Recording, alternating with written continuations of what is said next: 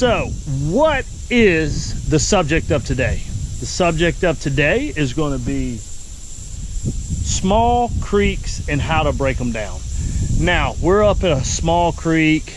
This is a small creek off a major tributary, so we're able to actually get our boat where we need it, all the way to the headwaters. We're dealing with tidal issues. We're dealing with current. So today, I hope to break down this creek and let you see through my eyes. I want, by the end of this video, guys, I want you guys looking through my eyes, looking to see why I'm catching fish, why the fish are related there, and what they're doing. So hope you guys enjoy. And again, guys, you know the deal. Like, comment, subscribe.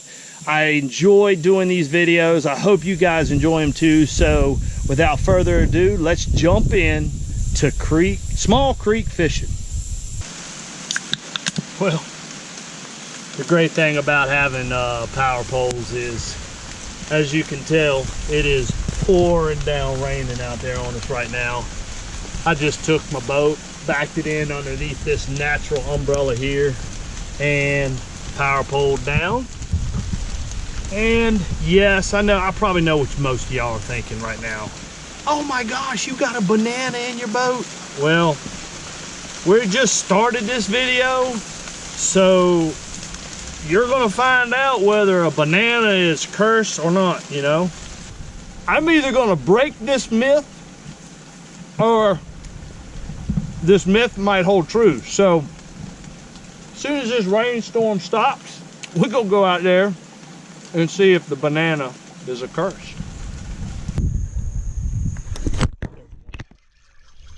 That's so cool. That's so cool. Now, if you look at this, guys, look at this. That fish right there, if you look, we got an outgoing tide. Tide is definitely coming out.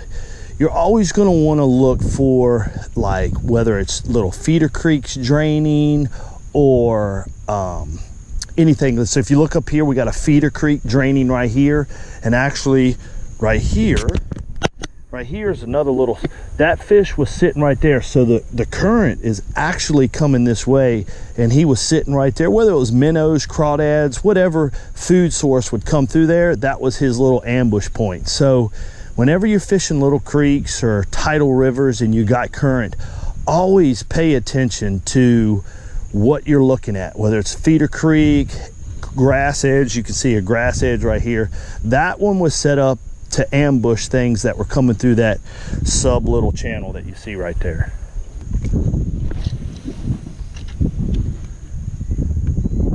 There he is. There he is again. There's another one sitting there. Oh, golly.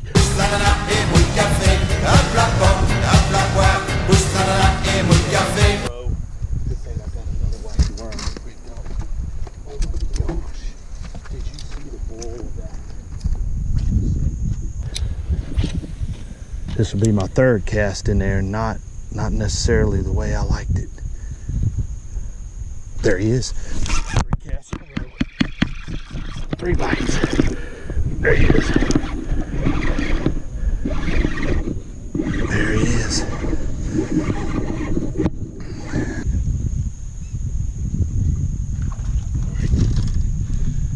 So again, guys, that's 3 casts in a row. Caught one, broke off a big one, got another one. I'm gonna put this one in the live well to get a picture at the end. But whenever you have something out of the ordinary, now granted, we got a creek that's just sitting here out, you know, we got an outgoing tide, it's coming. Even though everything looks beautiful, those fish know exactly where to set up to where they can feed in a short amount of time. They know things are going to be funneling through there. So guys, pay attention to what you're looking at.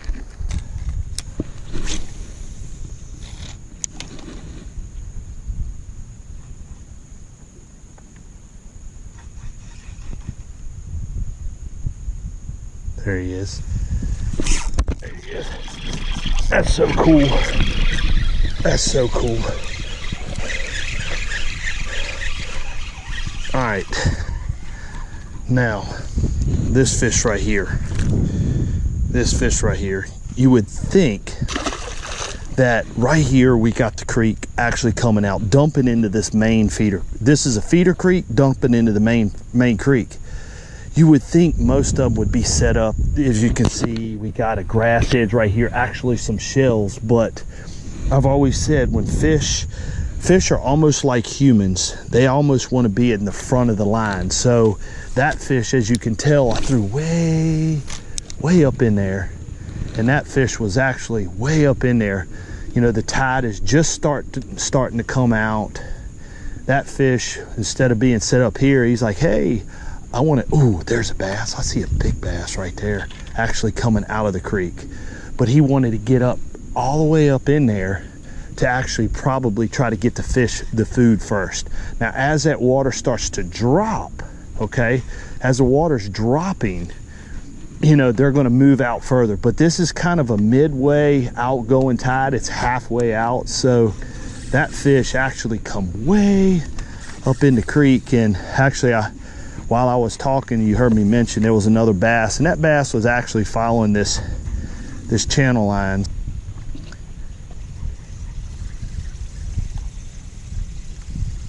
Look at these bass. Get it, buddy. Get it. You little punk.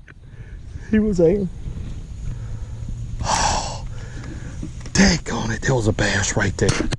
I just watched him come out from the edge of this grass, mouth it. It's amazing how quick they can mouth something and then actually just not even get hooked. Came out from underneath this, boom. Watched him eat it, set the hook, and still didn't get him. Look at that fish, wake me. He got it. Oh, that was so cool. Oh, that is so cool. Oh. Oh. All right, what's so cool about that is, you know, here we are fishing in, of course, a little creek. And we're almost up here at the headwaters. And if you can see, we got another little feeder creek that comes out right over to here. That fish was probably, I don't know, maybe 10 foot away. And I watched him wake, like, woo, he was like, woo, come over here and eat it. And when you see that, I mean, all you can do is your heart races.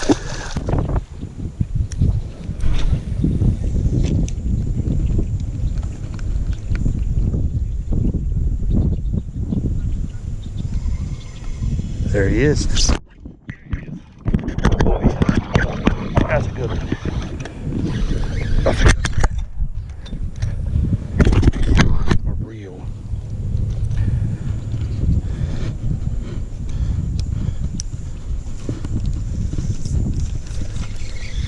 That's a. Oh, there he is. All right. That right there was an absolute mess. And so again, right here, another little feeder creek that we just fished. Actually quit catching them on a wacky worm and went to a shaky head. A lot of times the fish don't want to actually feed up. So guys, if you aren't familiar, this is absolute the best shaky head on the market.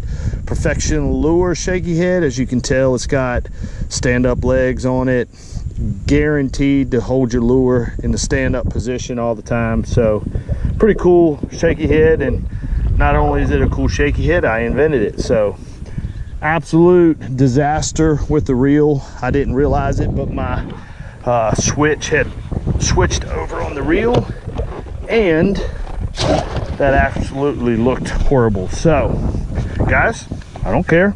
That's what happens sometimes. But the cool thing is we're still learning. We're learning together.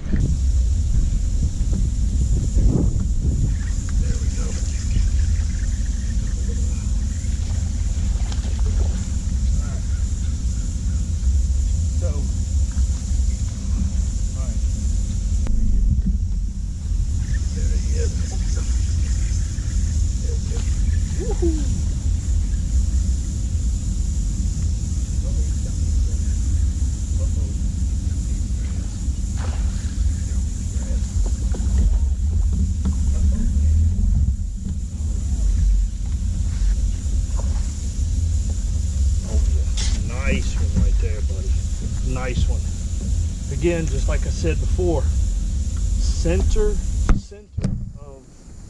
the creek channels, these small creeks is where a lot of your bigger bass are going to be, and bass in general. Just center of the creek. Don't always go for the visible cover, but look for the center of the creek situation, and a lot of times that's going to be there.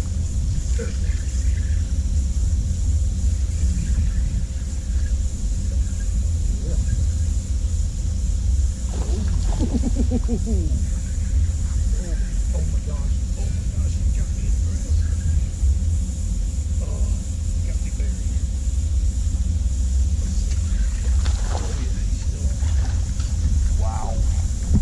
This one got this big. Woo! Woo! Did he want that or what? Oh wow. Humpback bass. Again, guys, it's so cool to establish a pattern. Again, the center of the creek seems to be the best area that we're finding. It's like the further we're going up the creek, the more they're in the center of the channel, and when we're in a little bit wider of the creek, they're a little bit more related to the bank. So learning as we go, guys, learning as we go. I want to go a little bit more in depth of the scenario we got. I want you guys to learn. I want you guys to understand exactly things that are going through my thought process when I'm on the water. It's very evident that we're seeing grass, and anytime you have grass, it's always going to be a lot cleaner. The water's going to be filtrated out more, and granted, if you got rain, it's going to muddy up, but for the most part, grass is going to filter in a place. So my choice today has been drop shots, wacky worms, my Perfection lure shaky head. It's basically a plastic style looking water. Okay, what I mean by that is this: the water's really clean.